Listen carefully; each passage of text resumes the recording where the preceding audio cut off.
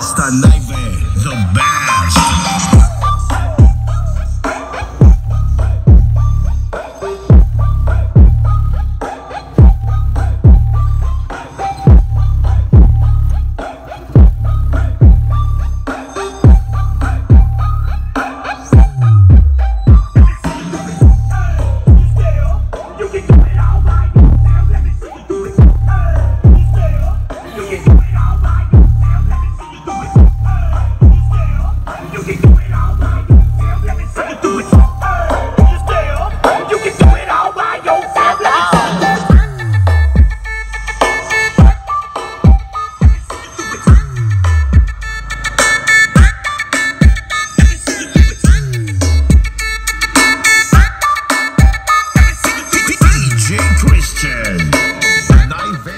Okay, bago natin ilagay yung speaker natin, pakita ko muna sa inyo yung loob ng ating box. At ito yung ating loob ng box.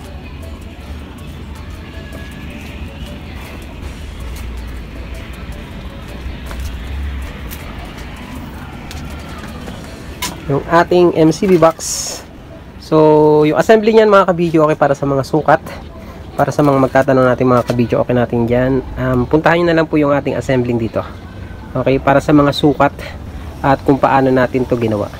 So, ikakabit na natin yung ating speaker. At bago natin ikabit yung speaker, lalagyan natin ng fiber fill. Okay? Ang purpose ng fiber fill natin is para kahit paano lumambot yung ating sounds, at the same time para maiwasan yung konting vibration ng ating box. Kung saan makakabili nito mga kabidyo, okay, itong fiber fill is makakabili kayo niyan sa mga tindahan ng mga upholstery or mga bilihan ng mga foam. Okay? At meron din itong fiber fill na to sa Lazada. Search nyo lang, fiber fill. At kung magkano naman per yard ito, sumabot ng kulang-kulang 100.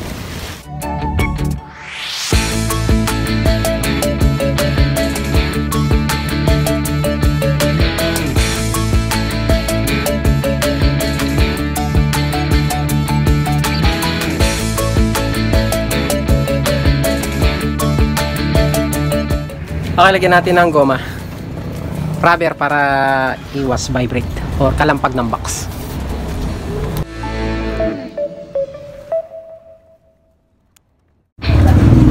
Okay, bago natin isarado mga kabidyo, okay, pakita ko muna sa inyo loob. Ang ating speaker, Librand. Model nya Pro 18, 1000 watts. 8 ohms. DC 8.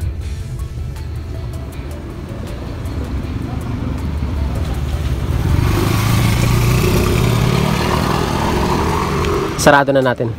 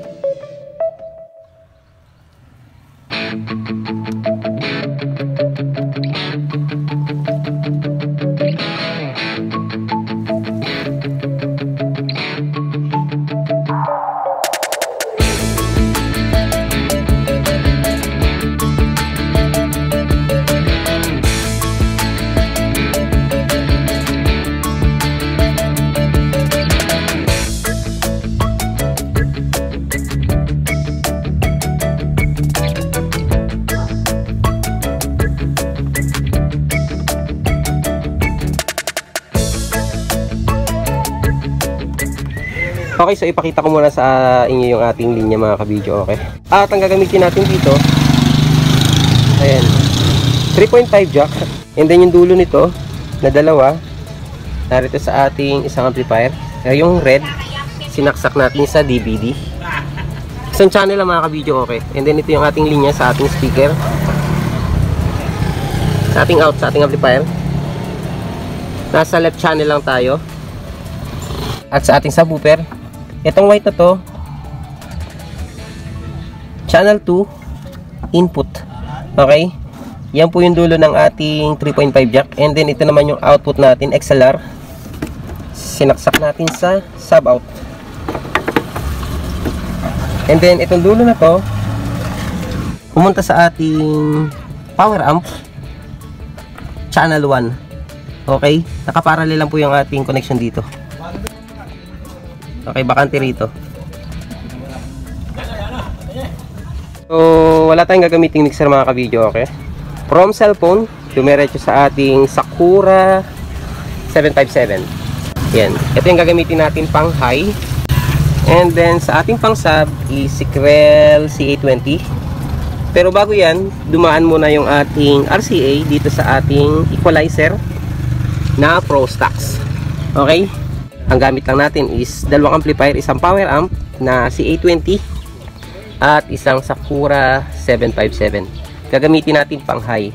And then dito naman tayo sa ating speaker. Okay, itong linya na ito mga ka-video, okay. Galing sa ating amplifier Sakura 757. Ayan, dito natin sinaksak. And then ito yung ating link pumunta sa kabilang speaker natin. Ito po siya. Okay. Pinarallel natin. So, kung maalala nyo, ito yung ating ginawa na floor monitor. Okay? Ginawa lang natin pang mid-high para meron tayong kalansing kahit pa paano. Okay, pansa-sound check lang naman natin. Importante meron tayo kahit konting sagitsit para kahit pa paano medyo buhay yung ating sounds or yung ating pag-sound check. And then ito naman yung ating sa subwoofer mga ka-video, okay? Kabaakan po to. Okay, itong isang to is link. Okay, kagaya ng ginawa natin sa ating pangtaas, link po to.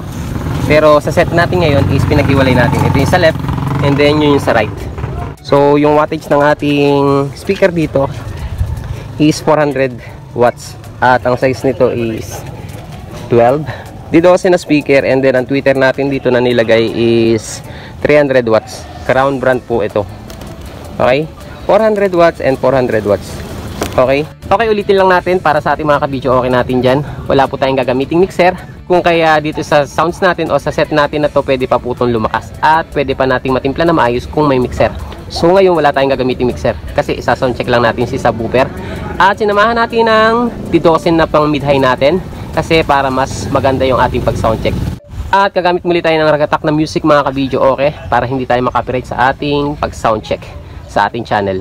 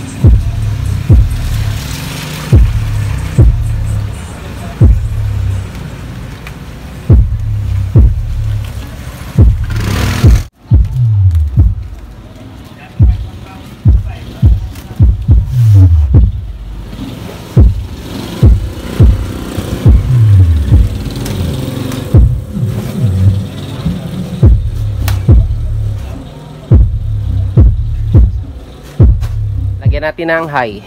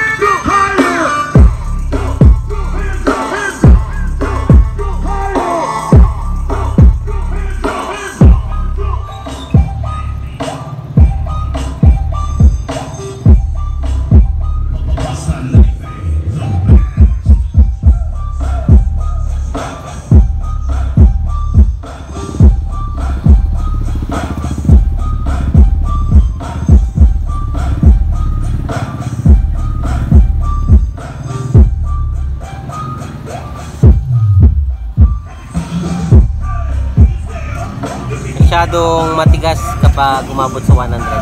Okay? Naglalagay lang tayo dito mga 80, 90 ganyan.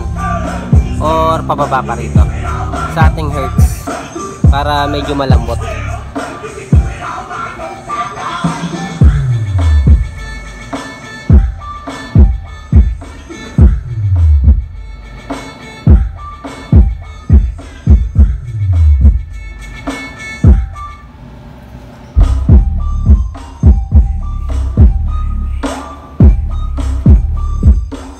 Volume natin sa ating high.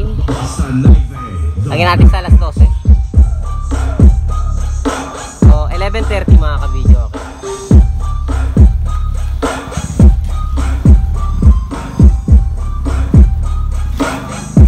Try nating patay yung ating subwoofer.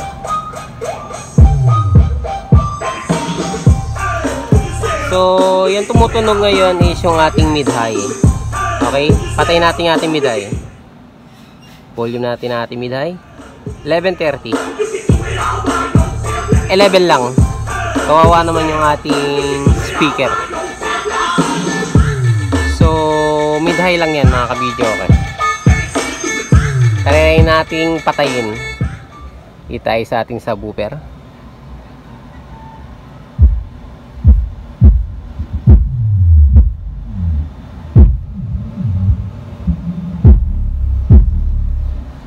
Nakatodo yung volume natin dito sa ating power amp. So ngayon is subwoofer lang yung gumagana.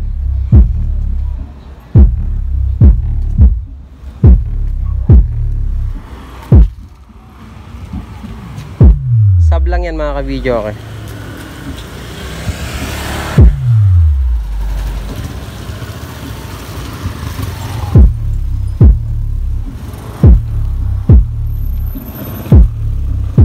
Try nating lagyan ng mid-high.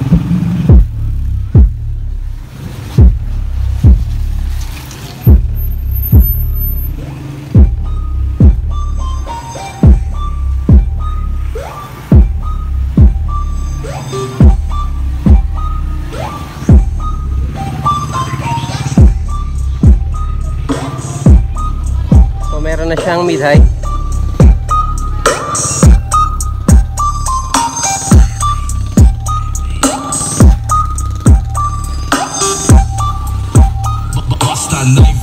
The best.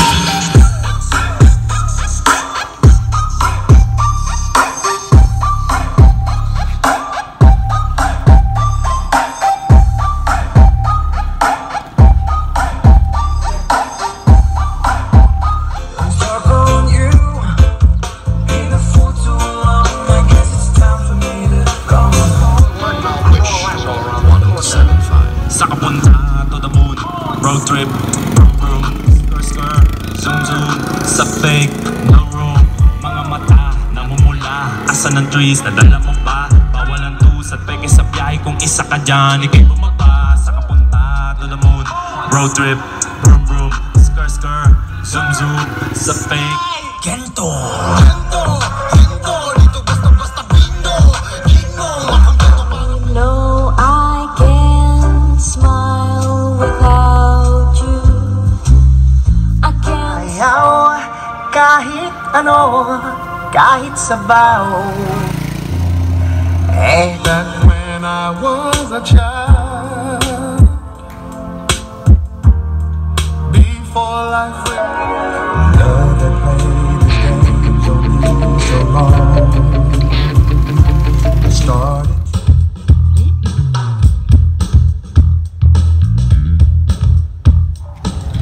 So ayan na nga mga ka-video. Okay, na soundcheck na natin itong ating MCB box na binuo natin. Ang ating amplifier na ginamit, power amp mga ka-video. Okay, ulitin lang natin. Ang ating power amp na ginamit sa ating subwoofer is Krell C820. Ang wattage po ng ating power amp is umaabot ng 1000 plus per channel.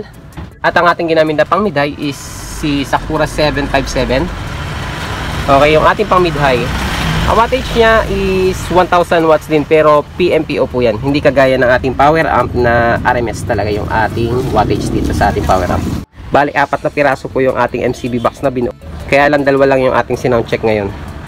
Okay? para ma-sound check lang natin kung anong tunog ng ating binuo na MCB box. So masasabi ko sa ating MCB box mga ka-video or is maganda naman yung kanyang tunog at malayo yung kanyang tapon, lalo na kung 4 na piraso yung ating pinag-sound check dito. So dalawa lang yung ating sound check. Okay? So ayan na nga mga ka-video, okay, na sound check na natin itong ating binuo na MCB box. So 2 piraso lang yung ating na sound check kasi 2 lang yung ating nakabit na speaker. At para sa ating mga ka-video, okay, natin yan na magtatanong kung magkano yung pares ng speaker natin na MCB box na may lamang 1000 watts na speaker. Ang bigay po natin dito is 28,000 per pares po mga ka-video. Okay, walang kasamang amplifier. At para din sa ating mga ka-video, okay, natin yan sa mga magtatanong sa sukat at kung paano natin binuo itong ating subwoofer na MCB box. Gayon din yung ating floor monitor. Puntahan nyo na lang yung ating mga naunang video dito sa set na to, sa ating floor monitor at sa ating MCB box. Kaya hanggang dito lang mga ka-video. Okay, sana'y nakatulong ang video natin ngayong araw na to para sa mga nagplano magbuo ng sound system na kagaya ng sound check natin ngayong araw na to.